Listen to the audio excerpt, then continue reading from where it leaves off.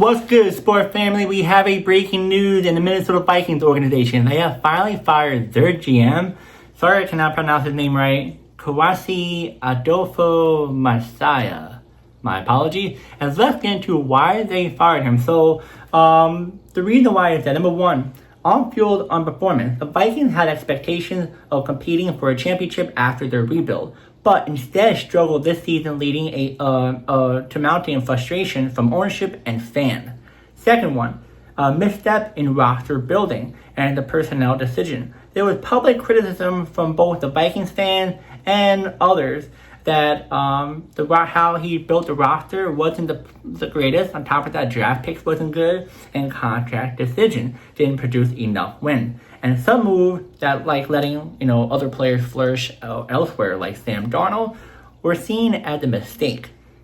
Third one, pressure after contract extension. Even though he had received a contract extension in 2025, NFL teams, including the Vikings historically, are willing to move on from the executives if results fall short of standard, especially to prevent embarrassment or pretty much declining of the organization. Now, I'm going to give you guys a little bit more information about this too. On top of why they fired him, there's other key information too. So this one is missed playoff and team regression. The Vikings finished the season with the Vikings finished the 2025 season with a 9-8 record, missing the playoff. A disappointing result after higher expectations following a strong 2024 season. The team's inability to return to the postseason was a major performance factor in the decision. Even though the GM had a 43-25 record in regular season over 4 years, the Vikings didn't win a single playoff game under his leadership, and that lack of playoff success mattered a lot in the NFL evaluation. Second one, controversial quarterback decision. A big piece of why he got fired is the criticism involved of how the Vikings handling their quarterback situation. The team let, Super Bowl quarterback right now, Sam Darnold, walk in free agency, and Darnold went on to lead the Seahawks to the Super Bowl this season. That outcome cast the decision in a particularly negative light. The Minnesota Vikings banked the 2024 first-round pick J.J. McCarthy as a long-term answer. McCarthy struggled with injuries and inconsistency as a rookie starter, which compound doubts about the team's vision and talent evaluation. Third one, draft and roster construction issues. Reports pointed to mixed results in the drafting and building the roster. The Vikings saw fewer starts from their draft picks between 2022 and 2025 compared to other teams with no Pro Bowl players, and emerged during that span, a sign that draft isn't produce as much impact talent as expected. Some free agency and salary cap decisions didn't pan out the way the team hoped, and despite investing heavily in the roster. There was internal discussion reportedly included concerns that some roster decisions didn't maximize competitiveness, especially given the resources committed to the 2025 roster. Fourth one, international tension and timing. Source of the mentioned underlying tension inside the organization throughout the season described the situation as a ugly tension between not only coaches but front office and overall people around the organization. How he handled throughout the whole process of when he was a GM. Fifth one, ownership decision and official reason. In their official statement, Vikings owner CG and Mark Wilf, said they engaged their end of season organizational meeting and determined it was in the best interest of the team to move forward with new leadership. So I'm going to give you guys another thing about this too, which I found out on social media, is that Vikings head coach Kevin O'Connell even had an issue with the GM. What happened? Vikings head coach Kevin O'Connell cautioned against playing J.J. McCarthy in 2025, thinking he wasn't ready, but the GM didn't listen to him at all. This was rooted in, if not driven by, the ill-fated quarterback decision of 2025.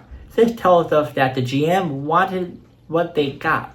J.J. McCarthy with journeyman backup, and that O'Connell was cautioning against it. He was the guy saying that isn't going to work at all. So you guys see the fact that there were so many issues that happened. You got him with draft picks. He didn't do well with draft picks. We're not expecting you to have, pro ballers every single year. But give us a pro baller, one or two.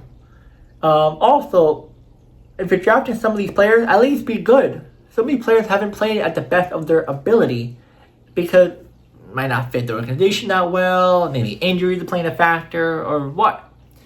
And then we also see the fact that the Vikings haven't won a playoff game ever since he was a GM. Yes, they made it, but they didn't win any. Yes, we're not going to blame solely everything on the GM. We can say that coaches could be the issue. We can say that players are be an issue. Even other people. But it always starts from the top. You're the one who's supposed to set the team for its success. Put players around the head coach, around the organization that's supposed to do well. And it didn't happen. But like I said, it's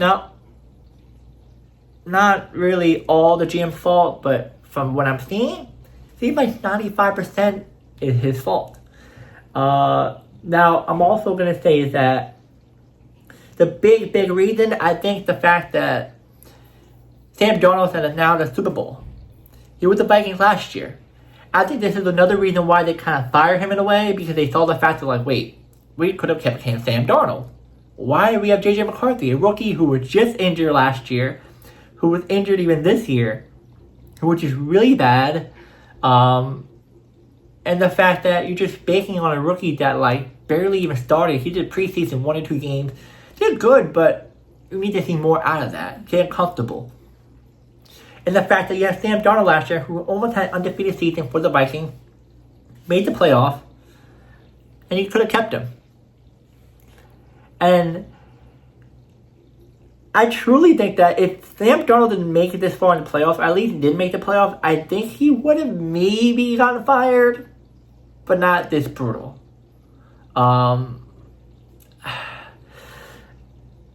I think he would have maybe gotten fired, but not this bad, I would say. But you can see that I'm not sure prior. We don't know. We're just an outsiders, all of us, so we're just hearing from the outside. But I want to know what happened inside the organization before Sam Darnold. Was there any tension between the head coaches and him and any other one? Because I want to know that. Maybe there was, and we don't know. But it looks like ever since Sam Darnold came in, and then how the head coach sees all this, and how everyone saw this kind of gave this GM his last straw of being a GM for the team. This is what I think. But who knows? Don't get mad. Just tell me in the comments what you think. If it's the reason why he got let go. But, yeah, I mean, I'm going to say this, is that this is a very, very bad move by this GM. Very bad move. Just seeing how stubborn he was. He doesn't listen to nobody. He wants to do what he wants. Yes, you got a contract extension, but that does not save your job. And that's what I don't get about a lot of these players and coaches and in general. Is that, yes, you can get a contract extension, but you're not going to stay with the team. If you do something bad, if you are just doing bad over time, they can do whatever they want.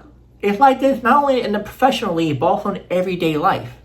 You can work for a company and they can let you go even though you're making a lot of money, or even though you're technically helping them, but they do whatever they want because you're in their pocket. Unless you're a YouTuber or you run your own company, you can do whatever you want. The only thing it can affect is your customers. If they don't come, you're pretty much going downhill from there.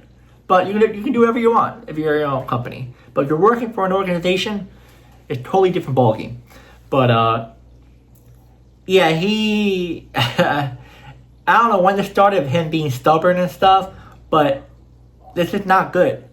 Me personally, I would have kept Sam Darnold. Hell yeah, I would have kept him. Just how well he did last year, almost undefeated, making the playoffs. Yes, it is sad that they lost, but if I see a quarterback like him fit our roster and how well everything was lining up, I'm keeping him. I'm easily keeping him.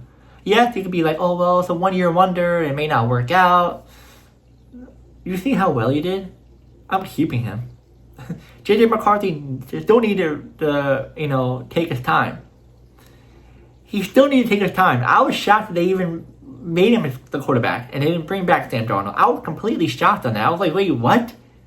You know? But, yeah, this GM, I don't know what's next for him. It's going to be a while until he finds another job, unless people are cool about hiring him a different role. I mean, but this now looks good for him. As for the Vikings, we're not sure who's going to be the next GM for the organization. We just have to wait and see. Yeah, sorry if I'm really passionate about this topic, even though I'm not really a Vikings fan. But the fact that you get a contract extension and you don't do what's best for the organization and you just don't listen to nobody, but you just think about yourself, come on. And it's not a hard decision. I think a lot of these GMs in general, I get it, it's very tricky, who you draft and who you sign, of course. But if it's right in front of your face and you see how well this team has done, and yes, it may cost you an arm and a leg, I'm doing it. Like, even the Vikings fans I saw from social media were mad they didn't bring back Sam Darnold. But yeah, just wait to see what's next for the Vikings organization. I think everyone in the Vikings organization will be okay. Just have to find a GM who really loves football. I don't think the GM really loves football like that. I highly doubt it. I think that's why you see a lot of GM taking chances. Not GM, but football organization taking chances on people who are still up and coming, who love the team. You can even see from the New York Mets when Steve Cohen hired David Stern. Brilliant baseball mind, a huge Mets fan, loves the team, and wants the team to do well. Yes, some moves he made wasn't the best, but you can tell he does something. He loves the team. You can see the Falcons. They hire the GM I just talked about earlier. He is a Falcons fan growing up. He loves football. So I think the fact that a lot of these organizations are seeing the fact that we're going to hire someone who loves football, who's maybe even a fan, and that's going to help the organization from there on. I think that's a new trend now. I might be wrong. This is what I'm seeing so far from sports, but I think it's the right move to try that. See what happens. I mean, some teams success from it, some teams haven't, but better, try it out and see how it does. But yeah, guys, great move for the Vikings to move off from him. Just by all this stuff I looked up, I know my YouTube shorts didn't really give you guys a clear, understanding or if I was happy or mad about it. But I would say I'm happy they let him go because he's not the correct GM for the Vikings organization whatsoever. And yeah, guys, I'll see you guys next video. Peace.